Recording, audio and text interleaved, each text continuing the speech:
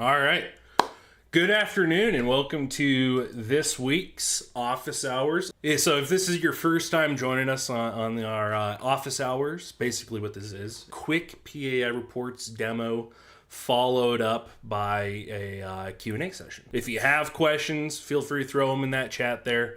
I'll try to get to them all if there are any questions. And I think with that, we'll go ahead and get this thing started. So today we're going to be going over our performance overview. It's actually something that we went over a few weeks ago, maybe a month ago, but there was an issue with that stream, so I'm going to recreate it here. And then we're going to be going over our terminal error report. And then, again, opening that up for a Q&A. So let's go over our performance overview. How do you access the performance overview? Where is that found? Well, that's actually found in our ATM monitoring report, or terminal status report. I'm just going to go ahead and start this off by clicking our ATM monitoring button. And if you tuned in last week, or if you wanted to go back and watch those videos, they are saved, but I showed how to customize reports. So this is the terminal. Let's say I wanted to go and check the actual performance of that terminal. How do I do that? We're going to find our terminal that we want to do that on, and then we're going to go to our gear. And there's a lot of options in these gears. I think most of the time when people go to the terminal status report, they're going primarily for our transaction log report. There are other options in this gear, and I highly recommend that you explore those options. One of them, however, is our performance overview, what we're going to be talking about today. So I'm going to go to our performance overview. Here's our performance overview. Well, what is it? Like I said, it just shows you that performance of that machine. So it goes purely off of this date range. So I can see that currently we're looking at the month of May, the month that it is currently. So I can see right off the bat, we had 195 transactions. Here's how much revenue we earned. Here's how much vault caches come out of that machine within our date range. And then here's how many open Reg-Es we have. Reg-Es or disputes, depending on what you actually call that. I can adjust this date range to any date range I want. I can do like the 1st through the 9th if I wanted to. Do like last quarter. I could do any date range I want. We're going to be tracking that. Just to make this easier, I'm going to just keep it on the current month. So that's our kind of top bar here in our date selector. Now for this middle section, kind of the bread and butter of this whole performance overview, it's a very visual way to kind of track the performance of this machine. The first tab here is a transactions tab. You can see the dips and the peaks of our date range here. And I can see like, yeah, on the 11th, man, we had 3,080 come out of that machine in vault cache, and that is 24 transactions. It's great if I like look at last quarter, I can really start to see the weekends, I call it. Our transactions just kind of skyrocket every weekend, and we can see that here. And we can see like if the 4th of July is coming up, we could actually see those transactions kind of pop up. So I'll switch this back to the current month. So that's kind of the transactions. You can click these to actually see so right now it's showing both the transaction count and the withdrawn amount. You can see just the withdrawal amount is just so high that it kind of looks like the transaction count is a flat line. But if I go ahead and select like withdrawal, if I exclude showing that withdrawal, now we're just looking at transaction counts. So that's how these graphs work on PAI reports. You can kind of start customizing how you actually want to see what information you want to start tracking. So that's the transactions tab. Moving right along, we have our revenue tab. So this is tracking our total revenue. Of that $80.50 that we earned, where did we earn that? And so we can start seeing, again, 11th, we can see that we earned a lot of money on that. It's a great way to kind of see what days are getting affected. End of day balance. This is maybe one of my favorite pieces of this. We can see our end of day balance. So the balance at the machine at the end of the settlement day. So we can see yesterday on the 16th, we had a ending balance of just over $10,000. It gets over here into the blue or purple section where that's the projected balance. And so I can see if I do nothing to that machine, our projected balance says that on the 25th is kind of the last day that we'll see that machine actually has cash in it. If I go over here to the 26th, it starts reporting a negative dollar amount. That's going off of your transaction volume and how much we're used to seeing is coming out of that machine. We're saying that unless you do something by the 25th, you're going to have no money, or no money in that machine. So you definitely want to do something before the 25th. Going here to the next tab is our open Reg-Es. Now, I do not have any open Reg-Es on this test machine, but if we did, it would display it here and it would show us what sequence number is in question here. When does that journal need to be turned in? Has the journal already been submitted? It would show all that information right here on there, and you would actually have some links to go attach that journal if you needed to attach the journal. Now, if you use our eRMS product, we typically pull those journals on your behalf. If not, you're going to have to upload your journals to us. Next up, kind of last thing in this middle section, is our error history. Based off of our date range, it just pulls up every error that we've seen come from that machine. And so I can see here on the 7th, we had a reversal transaction, and then that reversal cleared. And then the card holder forgot his card in the machine, and then it looks like he pulled that card out. And so that error was cleared. If we wanted to see just like historical information, that's what we're going to cover next. When we move over to our terminal errors report. But this is a great place for you to kind of start tracking your error codes. Like if you start looking at this machine and like, man, every day this thing's getting a CDU error, a cash dispensing error, well, maybe that's an indication that there might be an issue with that CDU. You might want to go swap that thing out or check the belts, check whatever you need to check at the machine.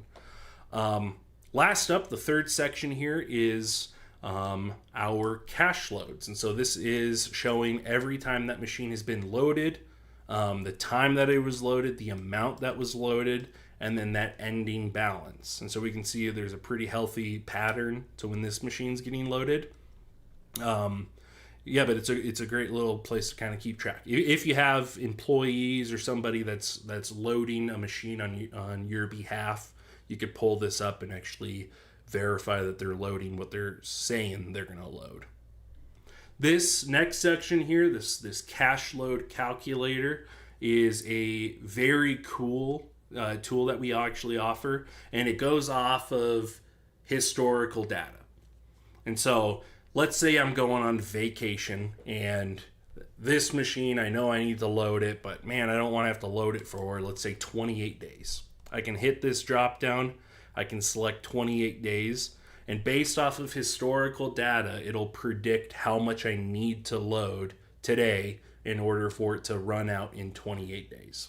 And so you can see here I selected 28 days. It's saying I should load $24,600 today for that thing to operate with an out of cache date of June 14th. So again, that's kind of the benefit of us tracking historical kind of data on these machines, seeing kind of the ebbs and flows and the peaks and valleys of your transactions. We're actually able to go out here and start predicting when we think that machine's going to run out. Obviously, there's some circumstances that you just can't predict. Like let's say your ATM is next to a gas station and that ATM inside the gas station goes out. Well, people might start coming over to your machine and using that, which is good for you, but bad for this predicted cache date. Last up here is our balance limits here. So we could go in here, you can see the balancing, and our balancing method is currently set at automatic. We could change that to manual, and basically what that means is instead of us reporting what is loaded into that machine, that's you saying, I just want to add that stuff manually. So if I go in here and do like today at, let's do 12:31 p.m., I loaded $20. We can also do our type, so we could either swap meaning I removed whatever dollar amount is in that machine, pulled it out, and then I just put $20 in the machine, or I deposited $20. I just added $20 into the balance. So you could do that. I almost recommend using just the automatic. We can see what you've loaded at that machine. That's how we're tracking these cache loads. We're actually pulling that information out of the machine. So I would almost always recommend keeping that on automatic. Last up here is our balance alerts. So on this machine, we currently have a low limit set at $1,000. We could update that to $2,000, whatever dollar amount you want to be notified that that machine's getting low. You could type that in there. We also have a critical low limit. That's just a separate alert that's going to get sent out to you. We could set that at like 200. It's a little low, but we could set that at 200, and then you would get both the low limit and then a like, hey, so this thing's about to run low. Like this thing's about out. So you could update that. Now, if you do leave these blank, it's just going to disable the alerts for you. Now, I believe we do go in here and we have a default dollar amount. I believe it's $1,000 or $2,000. If you want to adjust those, you can adjust those. So that's our performance overview. I think it's one of these tools that is kind of sneakily out there. I think it's a really cool tool for people to start diving in and seeing graphs on, their transaction volume, especially this end of day balance. If you select current month here, that's huge. It just helps you predict when that machine's gonna go empty on you. So yeah, that's our performance overview. Last up, I do want to kind of touch on our error history, and that's going to lead us over into an actual terminal error report. If we go to, let me take this TID. If we go to our menu icon, go to the search feature, and we just start typing in terminal error, you can see that we have terminal errors as an option. This report, oh cool, I already got the TID in there. This report is just a list of every error that we've seen come from this machine. And so we can see there's that card holder forgot their card. Here's that reversal transaction. We can actually go in here and start looking. Okay, yeah, so we had a reversal transaction on the 7th.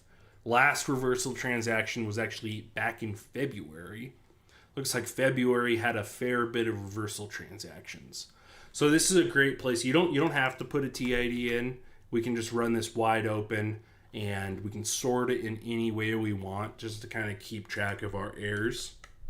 And it's a great place for you to kind of keep an eye on your terminals. Like if you have a lot of these reversal transactions or D2514 failed to communicate errors, that might be an indication to you that there's an issue at that machine. So you don't have to go out and you don't have to be in front of the machine to know if there's an error or an issue. We're pulling that information and we're trying to let you know as best we can. So again, this is all saved. I think the first error on this machine we can see is in 2019. So we're keeping it all. So again, yeah, that's our terminal errors report. And I think with that, we can probably open it up for a Q&A session. Again, the questions don't have to be about anything I went over here today. They certainly can. They don't have to be. So if you have any questions or thoughts or ideas or anything, feel free to put that there in the chat, and I'll answer them as best I can. Another thing that I would ask is if you have any lasting questions, if you're maybe watching this when it's recorded and posted on our YouTube channel, my email address is right there. If you want to shoot me an email, I will answer your question through that. So with that, yeah, let's go ahead and get some questions here.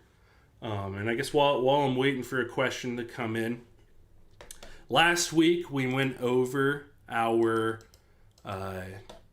portfolio overview tool, and again, that is here in our widget section. So I hit the add button on our homepage and we can add our portfolio overview. Now last week I did show you how to set this thing up, and so I would encourage you to go check out that video. We've done a lot of work on our homepage widgets. We want to make them as customizable as they possibly can be. And any suggestion that you have to make it better for you, please either shoot me an email ask it here in the chat. We'd love to hear that. One reason we like to do that is so they get better. One thing that got brought up to me a couple times was our transaction count by month. You can see that this thing is set to 24 months here. Before, the max you could set it to was 6 months, which was great for us, but we heard from our customers and they wanted to kind of go year over year with it, and they asked us to push this out to 24 months. We were able to do that, and what do you know, it's actually a much better tool now. So without any user feedback, things don't get better. So if you have any issue on PAI reports or any suggestions for things to add, feel free to either shoot me an email or ask it here in the chat. So I'm not seeing any questions yet. I typically like to keep these office hours to around 30 minutes. It looks like we've been going for about 17 minutes. Total, I guess 27, but there was that little 10-minute counter. So one thing that we are currently alpha testing is our new updated eRMS. I'm going to be showing that off in the future, definitely on one of these live streams, but we are actively looking for some super early testers into this. It's not a complete product yet. It doesn't have all of the bells and whistles that it'll have once it's fully released, but we're looking for some alpha testers that can actually go out there, use it, explain what they like about it, what they don't like about it, and that kind of helps shape the development for that. So if you're interested in that, please email me. My email, again, is right there. Feel free to shoot me that, and I would love to get you turned on with that feature, but then also set up a time to actually talk about PAI reports as a whole. And it looks like we had some more people join, so I'll just quickly go over. Well, I think with that, we'll go ahead and end it for this week. I appreciate you guys joining. Again, feel free to shoot me an email. Email is right there. Thanks, and I think with that, have a good weekend.